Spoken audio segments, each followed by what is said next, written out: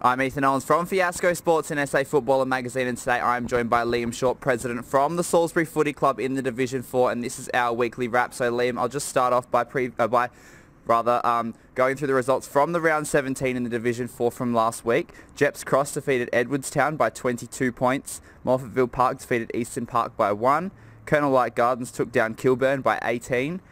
North Haven defeated Smithfield by 47, and your boys Salisbury got over the top of Hectorville by 23 points. How'd you feel like that went? Actually, interestingly, Hectorville, although they were one of the lower teams, actually really took it to us yesterday. And from our perspective, it was a well-fought battle, but I would have liked to have thought we could have actually maybe finished the game off a bit earlier than we actually did, but that's the way it goes, and that's to Hectorville's credit.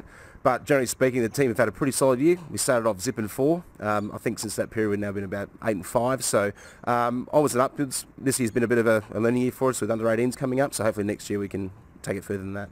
Do you feel like you guys were almost caught a little bit off guard with how well Hectorville play, rather? Yeah, they did. They matched up really well against us. Again, I think some of our structures at times, the guys were a little bit loose in the way they were setting up. But again, I think that's expected. It's been a long season for us. I've only got one more game to go. But again, it's something we need to work on for next year. What do you feel like you can really take from the result from yesterday? I think the positive signs were that a lot of the under-18s that have come up from last year are actually really starting to feel at home playing A grade, and they're picking up the pace of the footy, the physicality of it, and it was I think it was shown in our B grade, our results yesterday in terms of the best players.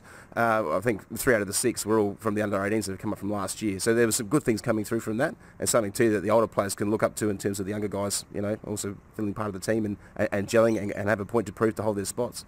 Absolutely. And who do you feel like really stepped up for the occasion yesterday?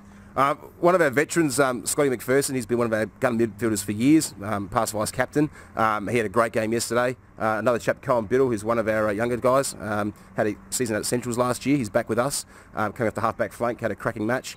And one of our other veterans who also announced his retirement yesterday, which was quite sad, but Nathan Kennedy in ruck for us. He's been the stalwart of our ruck for the last 10 years, and again dominated in the ruck contests.